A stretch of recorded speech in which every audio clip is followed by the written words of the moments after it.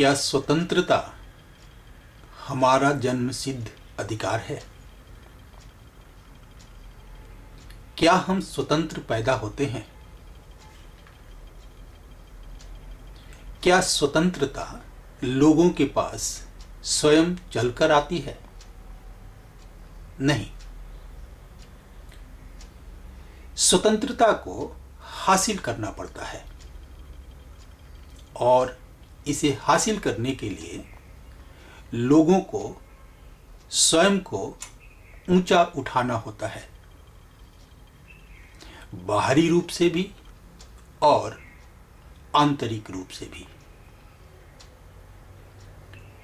स्वतंत्रता एक आशीर्वाद, एक प्रसाद, एक ईश्वर कृपा जैसी वस्तु जरूर प्रतीत होती है, लेकिन इसका आनंद लेने से पहले कठोर श्रम द्वारा इसे अर्जित करना पड़ता है। इसके लिए अपनी योग्यता सिद्ध करनी पड़ती है। क्या स्वतंत्रता केवल एक बाह्य उपलब्धि है? क्या स्वतंत्रता आंतरिक घटना नहीं है? क्या साइकोलॉजिकल और इमोशनल स्वतंत्रता के बिना संपूर्ण स्वतंत्रता संभव हो सकती है?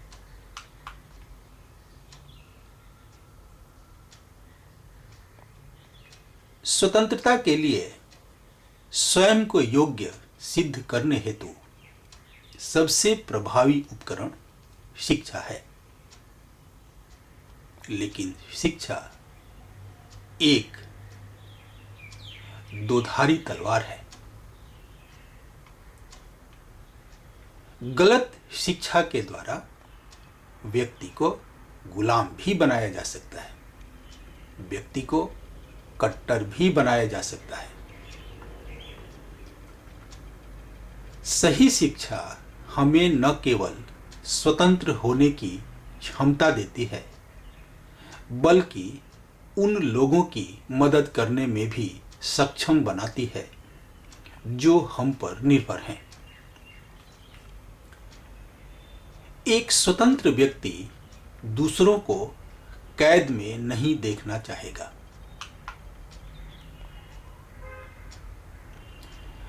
लेकिन स्वतंत्र होने का मतलब मनमर्जी का करना नहीं है। स्वतंत्रता एक असीम जिम्मेवारी है। स्वतंत्रता का तात्पर्य किसी भी प्रकार के बाहरी प्रभाव में नहीं होना है। स्वतंत्रता एक आंतरिक निर्णय है। यह बाह्य परिस्थिति से निर्धारित नहीं होती। एक व्यक्ति बाह्य रूप से परतंत्र होने के बावजूद आंतरिक रूप से स्वतंत्र हो सकता है। स्वतंत्रता नकल करना नहीं है, मौलिकता है। अतीत और पुरातन परंपराओं का अनुसरण स्वतंत्रता नहीं है। व्यक्ति पूजा तथा विचार पूजा भी स्वतंत्रता नहीं है। फिर भी स्वतंत्रता का यह मतलब नहीं है कि दूसरों के प्रत्येक विचार को, दूसरों के प्रत्येक ज्ञान को बिना विचार किए ही नकार दिया जाए। बिना किसी पूर्वाग्रह और पूर्व धारणा के दूसरों के ज्ञान और विचारों की जांच करने और फिर उन्हें स्वीकार अथवा अस्वीकार करने की क्षमता स्वतंत्रता है। स्वतंत्रता से तात्पर्य अनुभूति की स्पष्टता, समझ की स्पष्टता और कार्यवाही की स्पष्टता है। स्वतंत्रता की तुलना एक बहती नदी की तरह मन के वैसे प्रवाह से की जा सकती है जो हमेशा गति में रहती है और अपना रास्ता स्वयं बनाती है, और जिसे अपनी दिशा और मंजिल का बखूबी ज्ञान होता है, जो प्रवाह में चंचल प्रतीत होने के बावजूद अपनी मंजिल के रास्ते से भटकती नहीं है और महासागर तक पहुंचकर ही दम लेती है।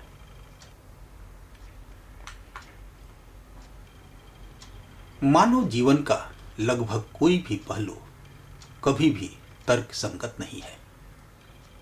शांति काल में भी विनाशकारी नुकसान होते रहते हैं। शांति काल में भी जीवन में कड़वा शोक आता रहता है, कठोर अनुभवों का सामना करना पड़ता है। समझ में नहीं आता कि क्यों संपूर्ण अस्तित्व में इतनी तर्कहीन पीड़ा पैर जमाए हुए है। लेकिन गौर से देखें तो जीवन की यह अनिश्चितता, जीवन की अनिश्चितता ही जीवन को एक सार्थकता देती है, जीवन को सही अर्थ देती है, जीवन को प्रेम करने योग्य बनाती है। अलगाव का नाम जीवन नहीं है, जीवन संबंध है। जीवन में 3 तरह के संबंध होते हैं, एक वस्तुओं के साथ, दूसरा विचारों के साथ और तीसरा लोगों के साथ।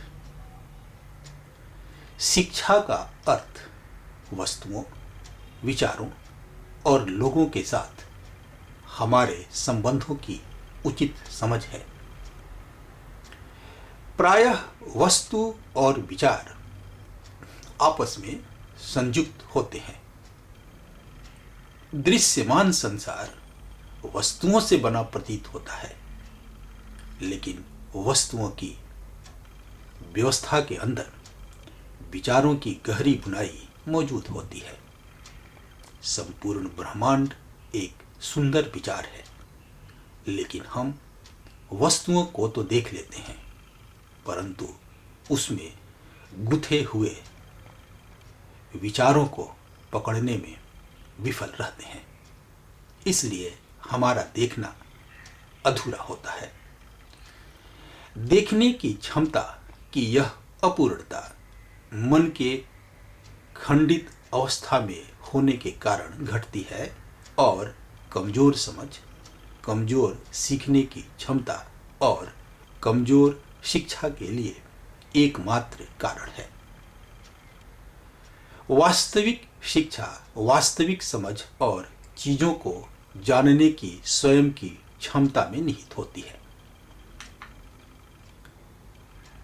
बहुत से लोग सोचते हैं कि शिक्षा केवल स्कूलों या विश्वविद्यालयों में प्राप्त की जा सकती है, लेकिन यह सच नहीं है। शैक्षिक प्रतिष्ठानों में केवल सामाजिक प्रक्रियाओं की सामान्य समझ की शिक्षा आम जनों को दी जाती है।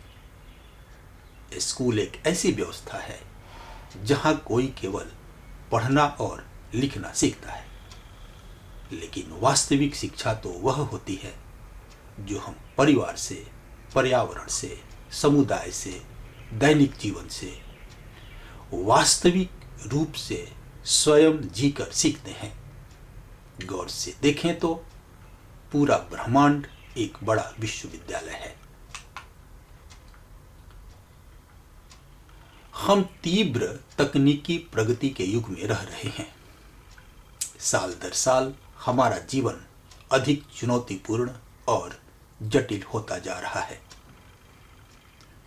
इस युग की चुनौती का मुकाबला करने के लिए न केवल सामान्य दृष्टिकोण, बल्कि तर्क, रचनात्मक सोच और जीवन के विभिन्न क्षेत्रों में ज्ञान को लागू करने की क्षमता की आवश्यकता होती है।